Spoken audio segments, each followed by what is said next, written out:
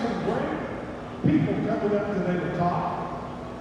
Some of the information, listen, I used to be in law enforcement 17 years. I had a wonderful conversation with our first speaker yesterday about how some folks get targeted, if you will. And what I mean by that is you only know what you know. If you don't know something more, find an expert in the field. This next speaker is going to be, I'm going to say, extra critical to this industry. This is the last thing people think about, and the first thing they get in trouble with when they start doing, especially in this industry. Coming from the other industry that I was in, which was also transportation, I know how, again, you don't mess with the government, you don't mess with DOT because they will shut your business down. I went through 3 audits in my previous business, and for those of you guys that are OGs to my channel, I said from the beginning, I don't want DOT, I'm not going to get a CDL, you came behind. Welcome. That's what business does, it just kind of flows. But then I was like, you know what, that's where the business is going, that's where my customers need me, and so we started again. But if you do it right from the beginning, it's not so hard later on down the road that you don't struggle with audits if you get audited that way. Well, and I tell people this all the time. I'm not going to go listen to someone that's not in the industry giving me, everybody's an expert till they have to do it. I say that all the time. Everybody's an expert till they have to do it. Don't take Larry's advice that works over here at the fee store about what your CDL requirements are. And if you're in the groups, any of the Facebook groups, you guys know like everybody has their own opinion on DOT. It's crazy. What the biggest problem is, and he's going to talk about it, so we need it. But I'm super, this is the longest intro ever. But what's true is that like everybody from every state is different. And so you get opinions online that are so wrong because some guy in Ohio, Iowa, California, whatever it is different than Texas or whatever state the person is asking the question, and they're giving bad advice. If you ever want to if you're bored at home, my wife would have you. If you ever get bored, just ask somebody's opinion online. Don't be all night listening to the infighting, etc. But with that said, I'll tell you, our first speaker this morning, DOT compliance, Santiago Talamantez. Safety compliance training, what's the question and answer? Learn what it takes to stay compliant, safe on the road, from logbooks to inspection, and everything in between. Come on up and welcome Santiago. If they will you let them know if you can put those on the table if they want a copy of the presentation? I will do. All right, appreciate it. And then when you want to do a question and answer, just give me a nod and I'll go out there. Okay, sure. Yeah, thank you. I appreciate it. Is this on? Good. All right. Good morning. I'm happy there's at least 5 people because it's very rare for me to find a group of people who want to listen to a safety guy at any time to come speak to y'all and just help y'all get just a little bit of insight into what gets you guys in trouble when it comes to not understanding what you have to comply with, whether you've already been running your trucking company for years or you guys are just about to start. It doesn't matter if you already operate or if you're looking to start operating. When you guys sign up for a US DOT number, the very first thing you gotta have when you're gonna start operating as a motor carrier, somewhere in that process, you had to attest to the fact and certify and sign attesting to the fact that you were gonna be knowledgeable of and comply with the motor carrier safety regulations. Because like I said, you don't have the right to be a trucking company. The government gives you that privilege as long as you follow their rules. They don't ask you to go above and beyond. They just ask you to comply with the minimum standards. The regulations have been around actually since 1984. They were adopted into federal law by Ronald Reagan under the Motor Carrier Safety Act. So almost 42 years later, when you guys are getting investigated as carriers, can you use the excuse that you didn't know? And when you signed up for that USDOT number, you told the federal government, because that's issued by FMCSA, yep, I'm gonna comply with all the rules and regulations, and I just have to comply with the minimum. So when you're not complying, at some point, they can take your privilege away. For those of y'all that are not in operation yet, let me also tell you this. You don't need anybody to get any permit for you. Your US DOT number, your MC number, your TXDMV, everything you guys can do on your own. You don't need no third-party DOT company that's gonna charge you $3 grand to do this or that. Not only do I tell you what you need, but I also show you how you can do it all on your own. I also look at the aspect of a business owner and try to save you guys as much money as I can. The biggest problem, though, that comes with these regulations is that most companies interpret them to your convenience rather than complying with what they actually say. 390.3 paragraph E1.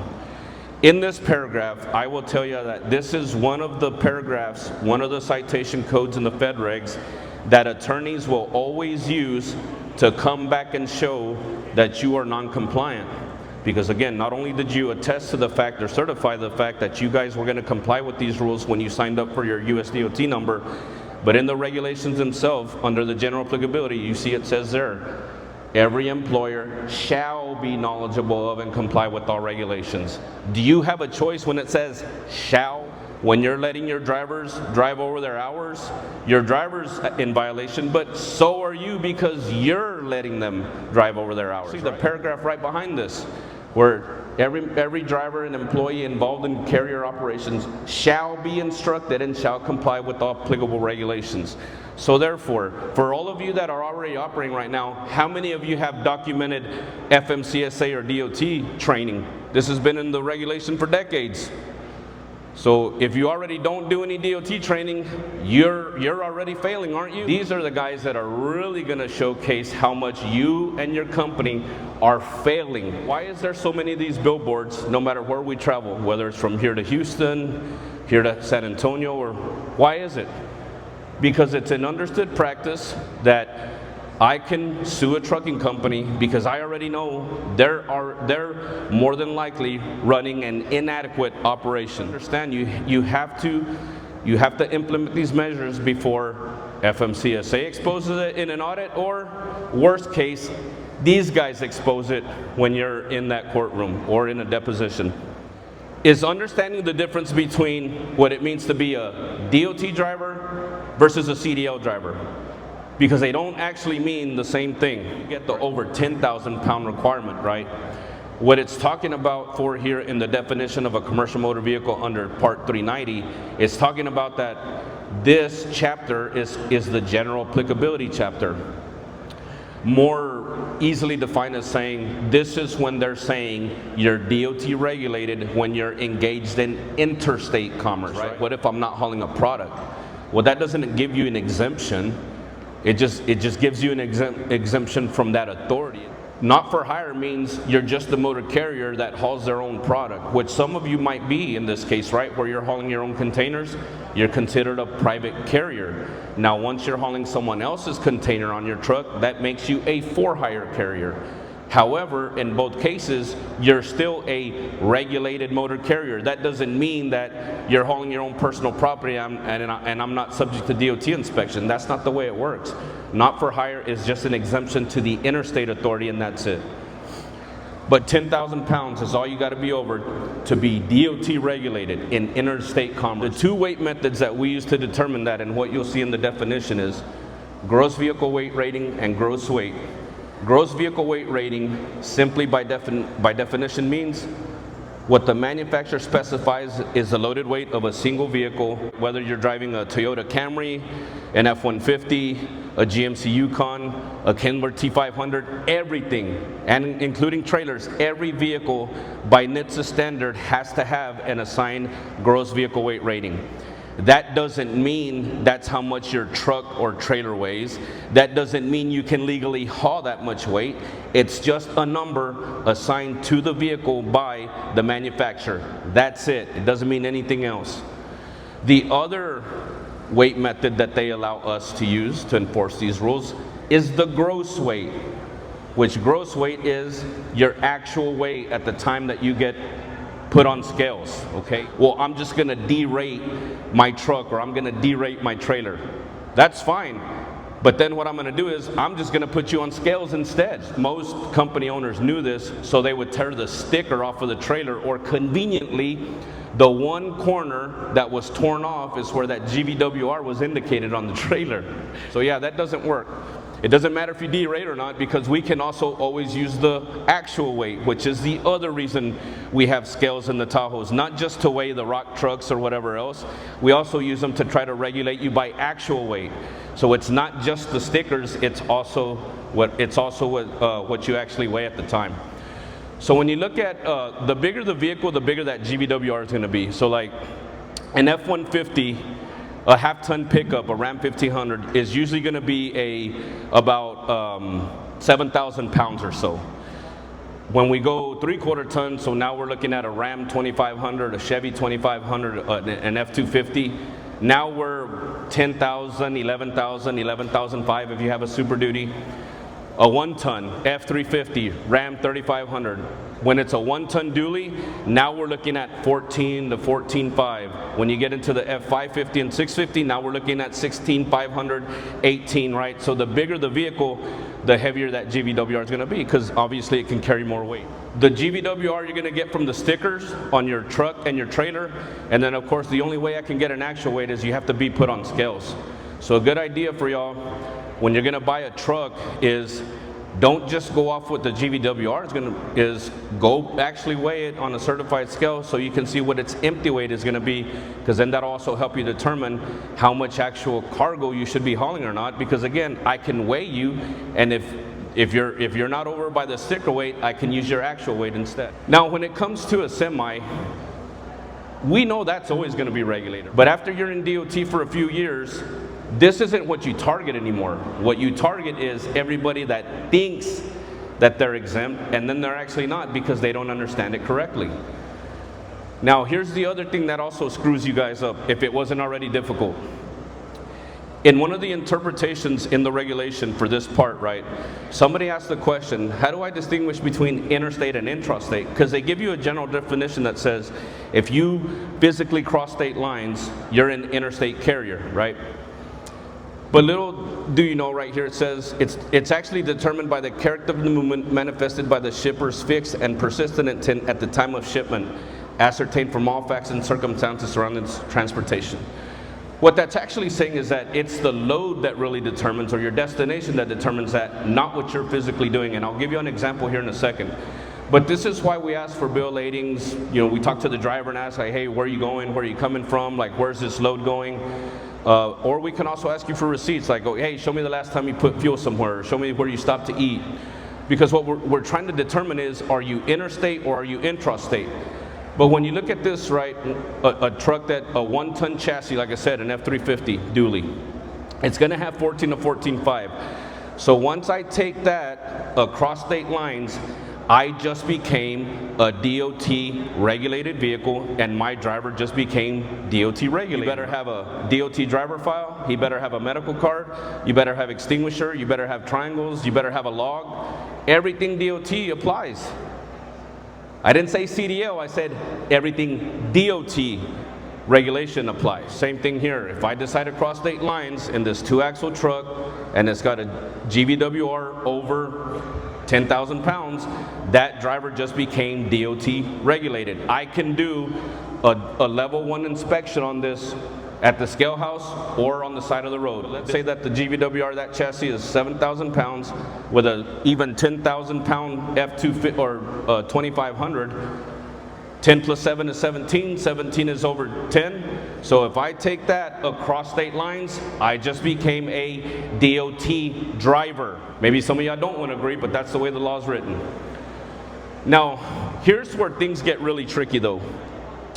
Let's say I'm a roll-on, roll-off container operator based in San Antonio at home for me, and I send one of my drivers up here to Dallas to pick up that brand new chassis that we just bought. So I send the driver up here to Dallas, they pick up the container, on his way back to San Antonio, gets pulled over, usually for something like speeding, and it just happens to be a full-grown DOT that pulls him over, right? And he pulls me over and he says, hey Santiago, stopped you because you're speeding. Where are you going? Oh, I'm going back to San Antonio. Where are you coming from? I'm coming from the Dumpster Expo in Denton. All right, what'd you go do up there? Oh, I went up there and I saw a vendor, bought one of their chassis and headed back. Oh, really? Well, let me see that bill that you got or whatever. And the bill of lading that I look at says, let's say it's a Josh's Dumpster Rental Company based in Oklahoma City, and now the bill says that it's going to Santiago's Trucking in San Antonio. Where is the bill lading indicating that chassis originated? In Oklahoma City, right? Oklahoma City to San Antonio, what kind of commerce is that? Interstate. So let's say the chassis is a 7,000 pound. I told you an F-150 is 7,000 pound. 7 plus 7 is 14. 14 is more than 10. Did my driver ever leave Texas? No, because he doesn't have to, because the interpretation told us it's the load that determines, or your destination that determines whether you're really interstate or not. If you physically cross state lines, you're interstate, but it's also the destination of the load. That's why we ask for all the load information, because we, as the DOT inspector, need to understand, okay, which set of rules do I apply to you? I apply the interstate rules, I apply the intrastate rules. That's the way it really works. But everybody that comes to my class, when I show them a picture of an F-150 with a bumper pull trailer, they're like, no, that's never going to be DOT. You're regulated, right? You gotta, everything applies. Right? You gotta have markings, keep an accident register. That driver better have a DOT application, medical card, do all the paperwork in the book. They're subject to 392, where it says you can't have radar detectors or unauthorized passengers. Subject to all the equipment stuff. Subject to the hours of service, right? So even in that 1-ton truck going across state lines, I better have an e-log unless I'm exempt and I can use a paper log.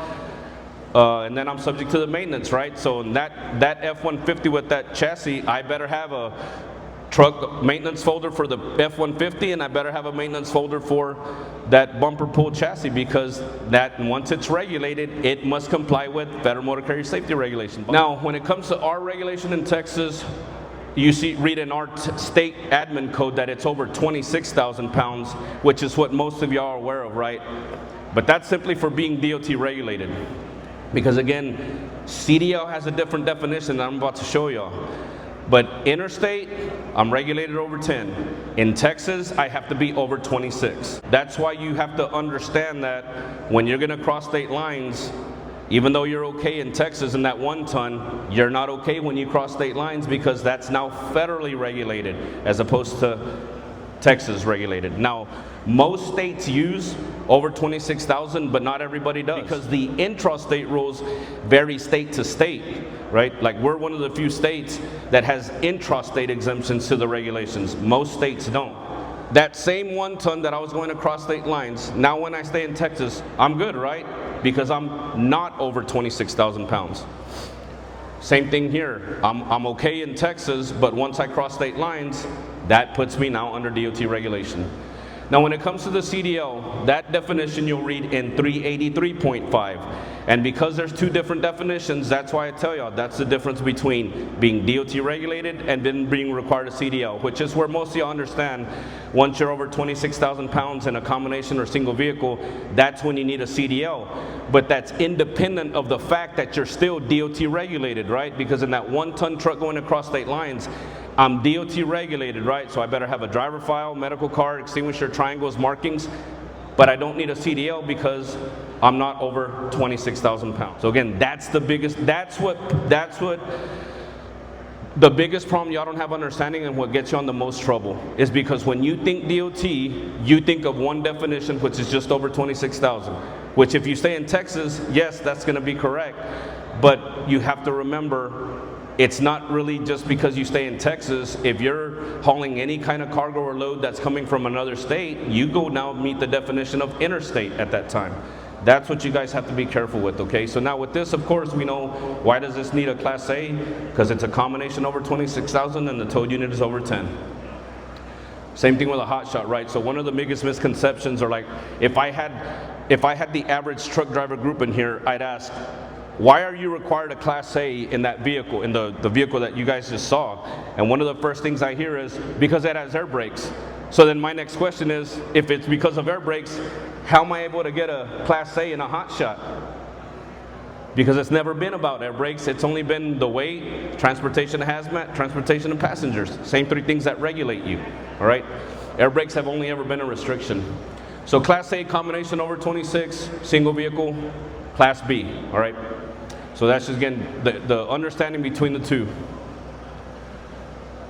So in this case, right, where you look at this 1 ton with the gooseneck, at 14, 5, and 7 is 21,500. If I go across state lines, I'm DOT regulated, but I'm not required a CDL. If I stay in Texas, I'm not regulated and I don't need a CDL. Why? Because now I'm not over 26,000 and I'm still not over 26,000 for CDL. Okay, so this is just some examples. Again, in the 1 ton I told you, right, if I go across state lines, I'm regulated, but no CDL because I'm not over 26,000 pounds.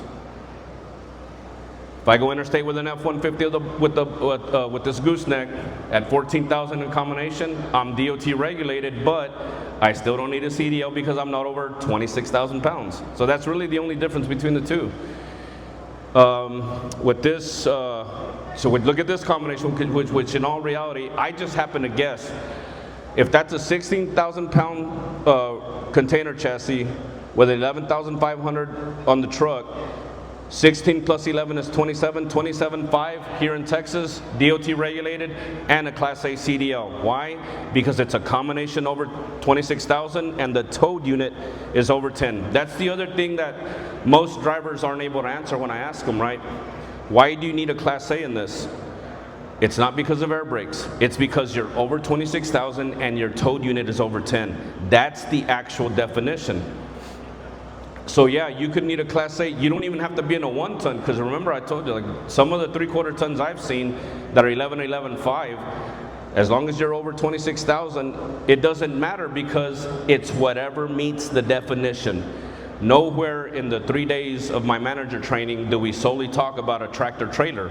We talk about everything that can meet the definition. At 48,000, DOT regulated all the time because you're always going to be over 10 and over 26, and you always need a Class B regardless of where you go. That trailer has, you'll see, a 16,000 pound GVWR. Now let me ask y'all this. Is the weight of the trailer gonna change or the sticker gonna change just because I don't have a load in there or do have a load? So you don't even have to be loaded when we pull you over, as long as the sticker weight is over it. We only care when your sticker weight isn't over if you're loaded, because then I'm gonna put you on scales and try to regulate you or require you to have a CDL by the actual weight, because again, in the definition, it allows us to use whichever is greater. Pull that trailer with any vehicle that's over 11 or even over 10,001 pound, Class A CDL, and I'm regulated here in Texas. No matter what I pull it with when I go across state lines, I'm DOT regulated, but I may or may not be required a CDL. You have to separate the two. That's why there's two different definitions, one in 390.5, one in 383.5. That trailer chassis is also 16,000, and that being a 2,500, I don't know what it is, but if that is over 10,000 pounds, Class A CDL, and it's DOT regulated. In the unfortunate case when you don't want to do this stuff the right way, here are the top 10 civil penalties that FMCSA issued last year. What they fine you is what you pay, because you should have known you should have been doing this the right way. Straight out of the great state of Iowa, hauling assets. Hey, this isn't a question, but it's more of a statement of what we did, because we live in an area where we're Iowa, Nebraska, and South Dakota all within 15 minutes, so we're screwed regardless. So what we did is, my husband being a CDL truck driver for 35 years, we actually went down to one of the scale houses on Interstate 29, and we grilled the guys there as far as where we had to go to get the information, what we needed to know. We told them about our setup, asked them questions, and I think we went more than once to find out what we needed to know, and then they directed us to the DOT sites, the FMCSA sites, and so forth. So that might be a suggestion for those who are getting into this, is go to the local scale house and talk to those guys. And yes, we do not use a third party person to do all that. I do all that. Once you figure out the websites, and because the FMCSA website is not user-friendly in my opinion. It's very confusing, but once you're on there and you get your account and you figure out what you're doing, it is all manageable. Sure, yeah, thank you. Yeah, and that works, right? Like if they're available, but you know, that it's kind of hard, it's kind of hit and miss when you just go to a scale house or you happen to see one of them at a store or something, right? But like one of the problems we have here is everybody used to know the difference between us and the regular highway patrol troopers because they used to be in cars, and now everybody's in an SUV. So you kind of don't really know if you're talking to an actual commercial vehicle trooper or just a highway patrolman. So, but yeah, they're great resources. I mean, it is kind of hard to navigate no matter what state you're in. But I mean, every state has their own rules, so you have to understand those state rules too. All right, we have Rhino Solutions out of Decatur, Texas. All right. So I was wondering for the truck and trailer situation, if you are over 26, if your point is out. If you look at the trucks, most of the guys probably use the truck in their office time for personal commerce. If you're DOT regulated and running, I guess your DOT numbers and everything on your truck, once you disconnect that trailer to go to the grocery store, are you still susceptible for getting stopped, inspections, and following the same regulation? Not necessarily, because there's also one of the exemptions to being regulated is the occasional transportation of personal property, right? So like, for example, can I own an F-350 dually and drive it as a personal vehicle? Sure, right? I can drive it from here to Oklahoma or here to wherever and visit family. I'm not necessarily in commerce, right? I'm not making any money. So normally I'd be regulated because I'm over 10,000. But in the case of when I'm using a personal vehicle, if you're not regulated at the time I pull you over, then it doesn't matter, right? And in that case, I'm not going to say 100% because one of the realities exists that a lot of the inspectors in uniform right now shouldn't be in uniform, and they shouldn't be inspecting vehicles because they don't understand like they should. And so you still might be subject to it, but I would thoroughly explain that at that time, it doesn't matter. Now, if you're here in Texas, you're not going to get stopped in the truck by itself. The other thing you could also do is cover up the numbers or have them. That's why you see a lot of trucks with 1 tons where they put it on the windshield or wherever that you can cover it. But even if you were pulled over, I would still explain that, hey, like I'm not regulated. But again, anybody here in Texas would know they shouldn't do it because you're not going to be over 26,000 in just the truck by itself. Okay, that's what I was wondering. Once you had the numbers on your truck, if that was all the time. No, and that's a common misconception. Is that once I put DOT numbers on my vehicle, I'm a DOT vehicle. No, you don't need the number until you are a DOT vehicle. Yeah, so that's not correct. You know, you don't need the number until you're actually regulated. Hickory Dumpsters out of Canton, Texas. So, question on the interstate infrastructure. We get called for a reefer truck on the side of the road that has a bad road. We're coming from Arkansas to Texas.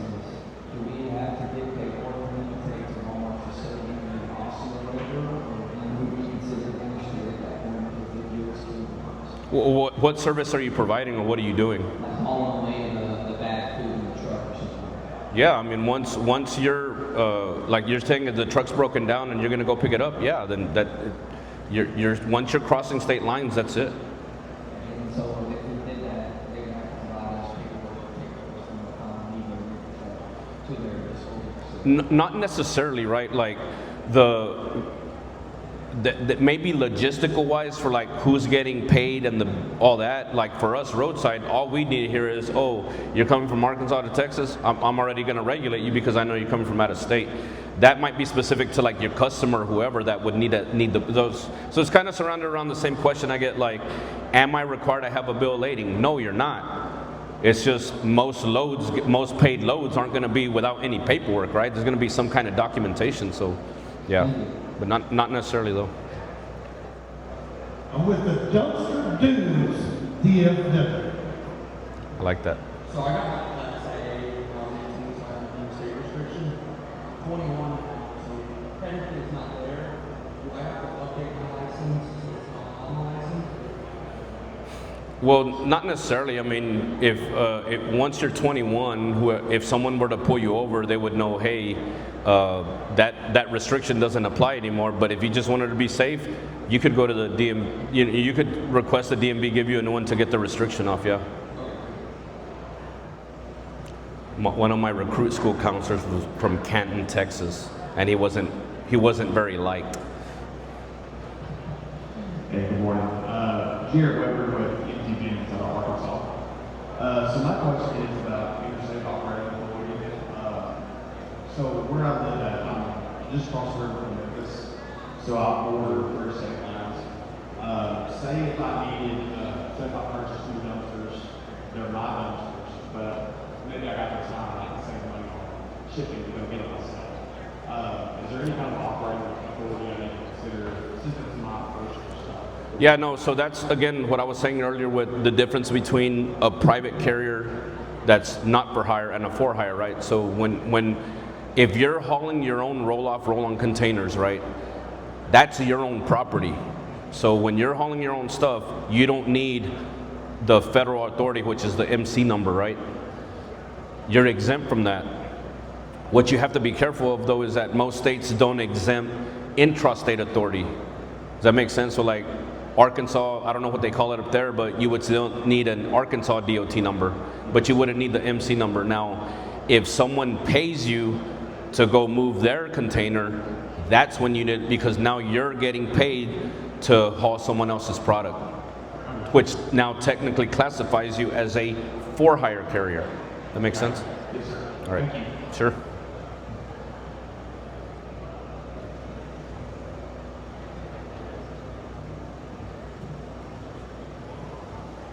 I'm Scott with PONDER out of Cincinnati, Iowa, and we own our truck in our name, and then we lease it to the company, and our DOT numbers are on a magnet, so like we go down here, we just build the numbers on. And another thing we do, we're in a tri-state area, in our rental agreement, it states that dumpster trash is in our dumpster and boats. So that we don't need to know about it. Yeah, so it's kind of the same thing. Like when you're hauling a product that isn't necessarily owned by somebody, and you're hauling it in your own container, you're still a private carrier. So yeah, that's correct. We're from DPS Dumpster Rentals in Arrowville, Georgia. So I'm still a little confused in regards to crossing the state line, because we are about 20 miles from Alabama. So if we do our 40-mile service, which is what we usually do, what do we need specifically to leave a dumpster in Alabama and bring it back with us?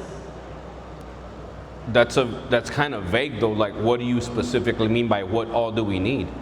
Okay, well, obviously the DOT, we need all that, but is there anything, the interstate and intrastate is what confuses me. So again, it's really hard, right? Not knowing exactly what you're doing it with, right? Because once you're, so the bottom line is whether you stay intrastate or interstate, the first thing you have to look at is if you're DOT regulated. Once you are, the primary thing you're gonna need is a US DOT number. We have that. Authority is gonna be needed when you're getting paid to haul someone else's product, right?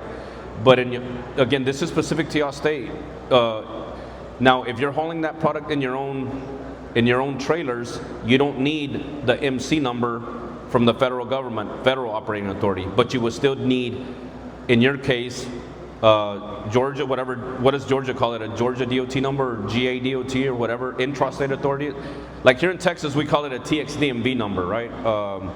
Oklahoma calls it an OCC number, so it's kind of whatever it is.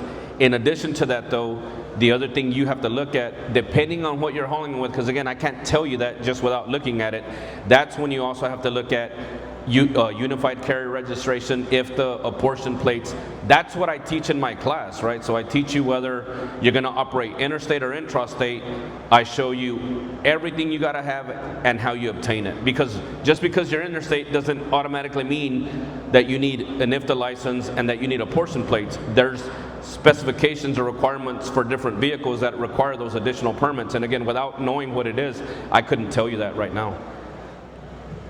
Hi, I'm Kristen from Kilo Structures out of East Tennessee. My question is I'm trying to decide if I even need deals and numbers. Everything I have is over 26,000, and I'm in state only, far away from any state line, so I don't think that we're gonna have that issue.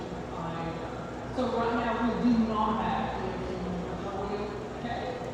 It depends on what Tennessee's intrastate applicability is. Because again, here, just because you'd be okay here in Texas, because we use over 26, you'd have to look at what Tennessee uses. If Tennessee says over 26,000, then you guys are good. If they say anything less than that, that's when everything changes. Lafayette County dumpsters out of Higginsville, Missouri. The question I have is where I used to work, even if you're under weight, they told us we still needed a CDL because we are working for somebody. Is that true if you're over your 26-year-old is our CDL on third and your other weights? Do you still hold that CDL or whoever you work for? Yeah, so that plays no part in it, right? The three things that require you to have a CDL is determined by weight, transportation of hazmat, transportation of passengers, right? Not in all cases, but generally speaking. It doesn't matter what state you're in. The same weights for a Class A are the same in the entire country, right? So like, for example, to get a Class A here in Texas, you gotta be over 26,000 with a towed unit over 10.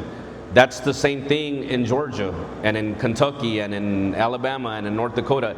Every state has to use the same, because if you think about it, right, let's say I was gonna go on a run from here to California, and in Texas, we say, well, you need a CDL when you're over 26.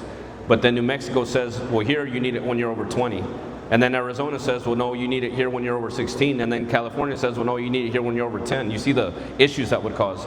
So every state had to adopt the same federal definitions for the classes of licenses, but they're just issued by the individual states as opposed to us having a federal CDL like Mexico does, right? Mexico's CDL equivalent of our CDLs are issued by the federal government, not by the state governments like we do. So that plays no part in it. As long as you're operating a vehicle that meets the definition of a Class A, whether it's for yourself or someone else, that doesn't matter. And then the other one was, if you didn't have a CDL, you could drive, say, a half-ton truck. But then they said, well, once you put a trailer behind it, now you have to have a CDL. Again, that has no part, right? Once you're operating a class of vehicle that requires a CDL, you're required a CDL. Whether it's loaded, whether it's unloaded, that doesn't matter. The same two weight methods we use to determine if you're regulated is the same two weight methods we use for applicability of the CDL, which is the sticker on the truck, sticker on the trailer, or the actual weight of the truck and the actual weight of the trailer in combination. All right, thank you. Sure. Any other questions? What's up? I appreciate you, man. So I missed part of what you were talking, so I apologize if it's going to be you've already talked about it. But what's with the air brake endorsements, specifically in Texas? Do I need air brake endorsements if I have a non-CDL or non-DOT truck? Do I need air brake endorsements if I have a DOT truck? So there's no such thing as an air brake endorsement. Air brakes are just a requirement for a commercial vehicle that requires a CDL, right? So I've given you examples of, you can be a commercial vehicle that doesn't require a CDL, right? But having air brakes has no bearing on it, right? So like, I can be operating a 26-foot box truck with a even 26,000-pound GVWR that has air brakes, which is a non-CDL vehicle, but the air brakes have no bearing on it because CDL is determined by weight, hazmat, passengers. Air brakes has nothing to do with it. Air brakes are just an additional requirement once you're operating CDL vehicles that require air brakes. So it's the same thing I was talking about with like the hot shot, right? When I'm a hot shot, I have hydraulic brakes on the truck, electric brakes on the trailer. air brakes play no part in that, right? Otherwise, there's no way I could get a Class A if in a hot shot. So air brakes have nothing to do with it. So no air brake endorsement whatsoever. Is that just Texas or everywhere? Everywhere. You can't put endorsements on a non-CDL. Interesting. Okay, second part. DOT cops versus non-DOT cops versus state troopers versus constables versus, I mean, in Texas we have about 20 different types of police. We even have school district police and hospital police and, I mean, you name it. Who can pull me over? Who really knows, who can pull me over for an inspection? Who really knows a DOT? What if I have a disagreement with that DOT officer? Should I tell him to his face or should I just wait until I go to court? So not everybody can enforce the federal regulations, right? So you have to go to special training in order to be able to enforce the motor carrier rules. Like when I was going through the schools, it wasn't just troopers in there. We had Dallas PD, we had Louisville PD, we had Harris County DOT, Harris County deputies. Like every class is not just troopers. Not every county and every city is allowed to have commercial vehicle enforcement. There's certain requirements Texas has as far as like the square miles of the county, the population size. Not everybody can have them. The problem that I used to run into all the time and still to this day is a lot of those county deputies and city PDs that are also DOT, that's not their primary duty, right? Their primary duty is responding to calls or whatever. So there was always a conflict of info, right? Where I'd get like I'd pull a driver over and they tell me, man, well, you know, Dallas PD truck enforcement told me this and whatever. And then I have to say, well, like, we all go to the same schools. It doesn't necessarily mean everybody knows it like they should. But only certified commercial vehicle enforcement inspectors can do an inspection on your vehicle. That doesn't mean they can't stop you for a normal traffic violation, right? If you're speeding. They just can't do an actual DOT roadside inspection unless they're actually certified to do so. All right, Justin Lyons, A1 Waste, Jackson, Tennessee. Recently we got pulled over by a DOT inspector, and he was saying that we was required to use the cable straps, or the ratchet straps to hold the box down. And we got to stand in real dumpsters. It's got the latches that lock it in to pull all the car. What do you have to say about that? So what you're going to look at is so when it comes to cargo securement, you have general cargo securement, and then you have what's called the commodity specific rules. What you're going to want to go look at is what the commodity specific is for roll-on, roll-off containers. And I believe one of them is that you have to have secondary measures of cargo securement in addition to the way that it's hooked already when you're rolling it on, rolling it off. But that's where you go look. It'd be somewhere like 393, 116 through 134. Those are the commodity specific. That's where you'd read whatever it says for those roll-on, roll-offs, yeah. Any other questions? Well, I will tell you this. What's the magic trick if they get pulled over? As I'm former law enforcement, we talked yesterday. I always say attitude's everything. Give them your best opinion to make the best outcome of the situation. Yeah, so it kind of ties into exactly what Josh asked there at the end. I will tell you that the number one severity of consequence is solely based on your driver's attitude. And that's what when I'm invited to do talks to drivers or whatever, that's what I tell them. Because I'm going to give y'all the realistic approach I would have when someone tried to give me trouble, right? And I didn't have it happen, but maybe once or twice. But in my inspection training, I show y'all a video of a driver. I don't know where he's at, but it's a driver that is recording himself telling the DOT inspector he's not going to help him check his vehicle.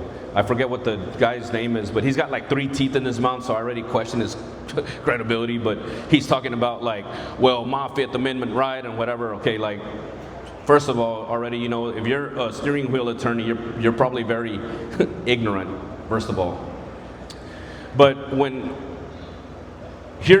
to give y'all the actual severity of what I would do if y'all watch that video, and I think the title of it is like truck driver refuses to help DOT or something like that. But anyway, and that officer is very, way more patient than I was.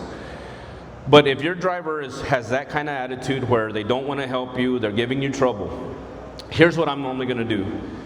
Now, based on that attitude, if it's troubling enough, number one, I probably was just going to do a walk around, but now I'm going to call one of my partners to come out there, and I'm actually going to crawl under your vehicle. And at my height, I can crawl every orifice that you and your truck and trailer have, right? So I was going to take my sweet time. I'm also going to look at your driver's log and see how many hours does he have left. Oh, look, he's only got 2 hours of on-duty time. There's really no time frame for how long our inspections take, so normally a level 1 might take me 45 minutes. In this case, I'm going to take my time, so maybe it's going to take me 2 hours, so now I'm going to have your driver run out of time. So I'm already going to park him for the time, right? And then while I'm checking more stuff, because I get to crawl underneath your truck and trailer, I'm probably going to find more stuff by going underneath, and I'm hoping I'm going to find something that is out of service. Now normally, if you're out of service and you have a good attitude, I'm probably just going to say, hey Juice, just go back to the yard and get it fixed, right? What am I going to do to that driver? Nope, you're going to stay here. You're going to call a road service to come fix it right here, and you're not moving until then. But you're also not moving because you're out of time anyway. Then, if it's something I normally would write a warning for, I'm probably going to give you citations, meaning now you also have to talk to the judge. In addition to that, now that you're out of service, you have to pay, you're getting a ticket. At the end of that inspection, I'm also going to call your owner. I'm going to call you as the owner, and I'm going to say, hey, this is who I am. I just pulled your driver over. This is the attitude he had, and this is why you have this consequence right now.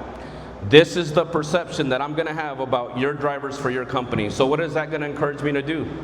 Every time I see your logo, hey, let's pay them a visit.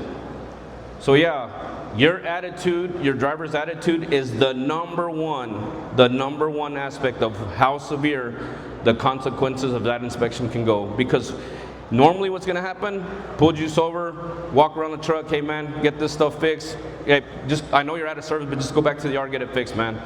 Be safe. That completely changes when that's the approach you have, because you see these other idiots on TikTok or wherever that are making these videos just for their likes and attention, but always notice they never show the outcome. They just show the initial conversation because they want to show themselves to the world about how tough they are, and oh man, I'm going to screw with this DOT. I'll tell you guys this, you will never win against the government. No matter how big and bad you think you are and everything you want to say and you think you're knowledgeable, you're never going to win on the side of the road. Now, one thing I want to mention, because Josh asked, right, I was always okay when your driver would use some tact to question something I wrote up, right? And by all means, let your drivers know any violation they get, take pictures, take videos, because you can also data queue and get those violations. You can challenge those violations when you believe they were written in error. Attitude is number one. You're never going to win against the government. Just remember that. That's the truth. I'll tell you. You only know what you know. Follow the experts. This is a guy that you really want to know. Take a look at his material. Any other questions? Thank you, guys.